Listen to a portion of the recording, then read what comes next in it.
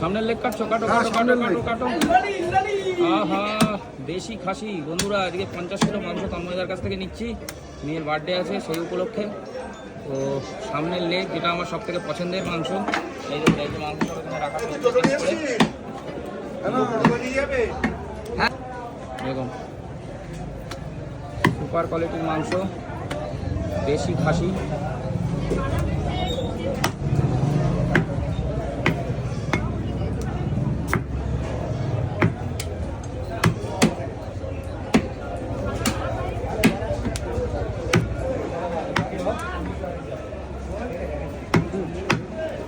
মাংস লেট হবে, একটু লেট হবে। কটাকা নিবি?